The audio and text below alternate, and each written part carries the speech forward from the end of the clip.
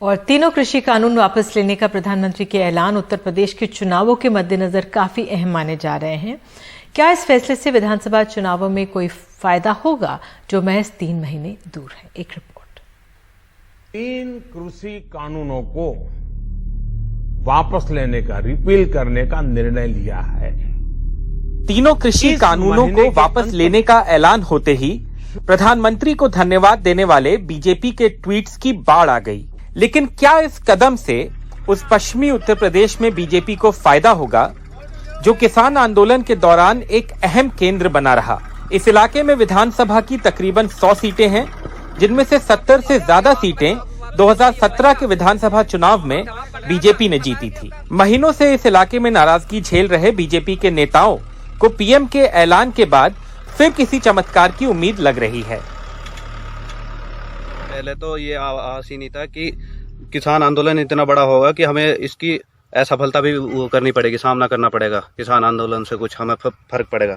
सरकार को ये था कि ये मुट्ठी भर किसान है, जो मुट्ठी भर बताते थे, खालिस्तानी और आतंकवादी बताते थे।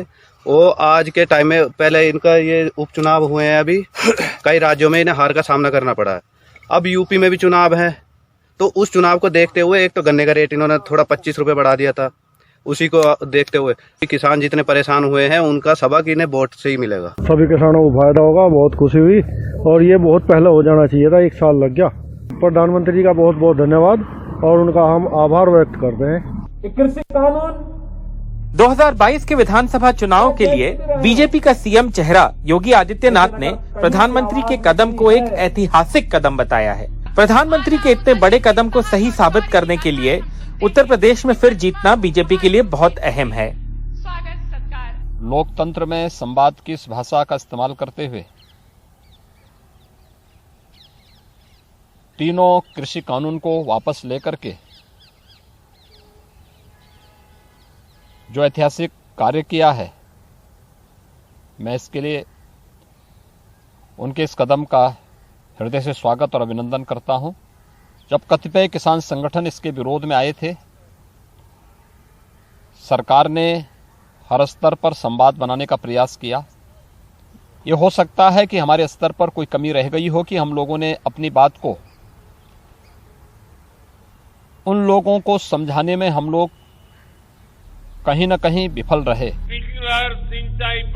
पश्चिमी उत्तर प्रदेश में बीजेपी का जितना कुछ दांव पे लगा है, उतना ही पूर्व मुख्यमंत्री और समाजवादी पार्टी के अध्यक्ष अखिलेश यादव और राष्ट्रीय लोक दल के जयंत चौधरी का भी। अखिलेश उत्तर प्रदेश, खासकर पश्चिमी उत्तर प्रदेश में बीजेपी के लिए बड़ी चुनौती बनकर उभरे हैं, जहां उन्होंने किसानों के आंदोलन को जाट मुस्लिम एकता को फिर कायम करने के लिए इस्तेमाल करने की कोशिश की। 2013 में मुजफ्फरनगर के दंगों में उनके इस अहम वोट बैंक को नुकसान पहुंचा था। आज सपा के प्रमुख अखिलेश यादव ने किसान कानूनों को वापस लेने के प्रधानमंत्री के ऐलान पर चुटकी ली। सरकार घबरा करके इन कानूनों को वापस ले रही है, और ये जरूरी नहीं है सरकार के लोग ऐसे हैं, हो सकता है चुनाव के बाद फिर ऐसा कोई कानून ले आए। इसका भरोसा कौन दिलाएगा कि भविष्य में ऐसे कानून नहीं आएंगे जिससे किसानों को संकट में डाला जाए? और अगर इनकी नीयत साफ होती तो आज किसानों को लाइन में लगना नहीं पड़ता खाद के लिए। लेकिन क्या पश्चिमी उत्तर प्रदेश में विपक्ष को अपनी रणनीति में बदलाव करना पड़ेगा? कांग्रेस की उत्तर प्रदेश प्रभारी प्रियंका गांधी कहती हैं नहीं। प्रियंका हाल में लखीमपुर को लेकर विरोध में सबसे आगे थीं। अगर सरकार सचमुच सीरियस है तो उनके लिए जो कार्रवाई होनी चाहिए, खासतौर से जो लखीमपुर खेरी में हुआ, उस पर जो कार्रवाई सही ढंग से होनी चाहिए वो करनी चाहिए। मंत्री का बर्खास्त करना चाहिए। 2024 के लोकसभा चुनाव से पहले उत्तर प्रदेश के चुनाव सभी राजनीतिक दलों के लिए एक बड़ा इम्तिहान है। मोहम्मद अदनान, समीर अली, मोहम्मद दिलशाद और कैमरा पर्सन राजेश गुप्ता के साथ आलोक पांडे, एनडीटीवी इंडिया।